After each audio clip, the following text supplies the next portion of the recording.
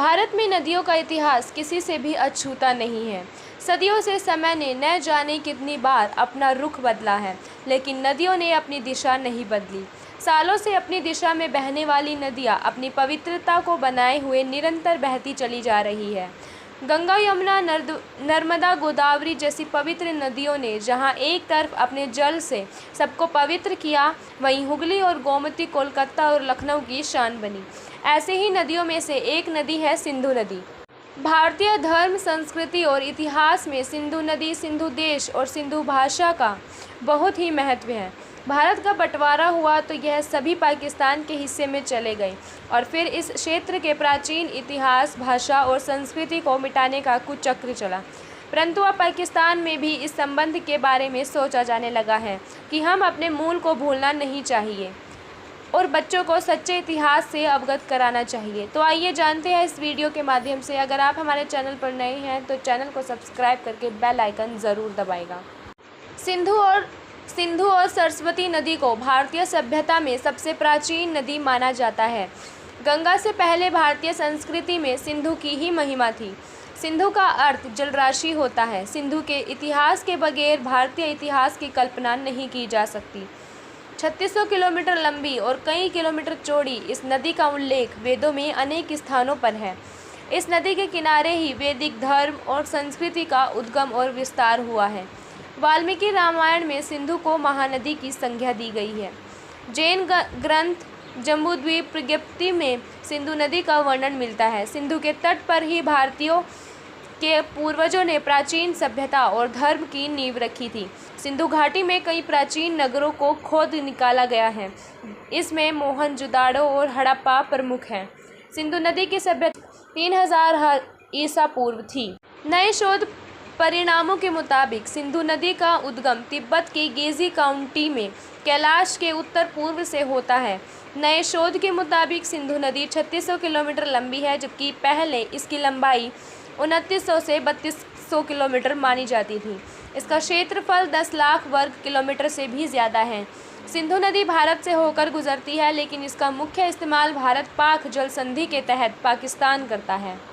पहले माना जाता था कि यह तिब्बत के मानसरोवर के निकट सीन का बाब नामक स्थान से सिंधु नदी निकलती है। यह नदी हिमालय की दुर्गम कंदराओं से गुजरती हुई कश्मीर और गिलगिट से होती हुई पाकिस्तान में प्रवेश करती है। सिंधु भारत से बहती हुई पाकिस्तान में 120 किलोमीटर लंबी सीमा तय करती हुई सैलूमान के निकट पाक सीमा में प्रवेश करती है। पाकिस्तान के मैदानी इलाकों में बहती हुई यह नदी कराची के दक्षिण में अरब सागर में गिरती है।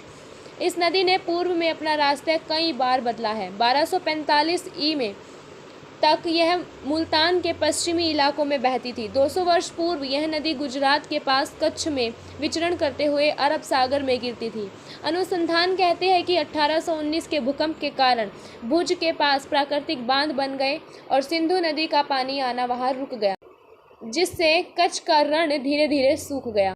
इस नदी की सहायक नदियाँ वित्सता, चंद्रभागा, इरावती, विपासा और शतुद्री है। इसमें शतुद्री सबसे बड़ी उपनदी है। शतुद्री नदी पर ही एशिया का सबसे बड़ा भांगड़ा नांगल बांध बना है। झेलम, चिनाब, रावी, व्यास एवं सतलुज सिंध नदी की प्रमुख सहायक नदियाँ हैं। मुल्तान में सिंधु चिनाब के किनारे पर श्री कृष्ण के पुत्र शाम की याद में एक सूर्य मंदिर बना है।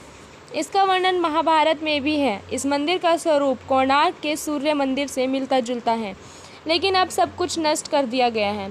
यही नहीं, सिंधु किनारे के सारे हिंदू तीर्थ मुस्लिम उत्तान काल में तोड़ दिए गए। सिंधु नदी के मुहाने पर पाकिस्तान के बलूचिस्तान प्रांत के हिंगलाज नामक स्थान पर कराची से 144 किलोमीटर दूर उत्तर पश्चिम में स्थित है माता हिंगलाज का मंदिर, जो 52 शक्तिपीठों में से एक है।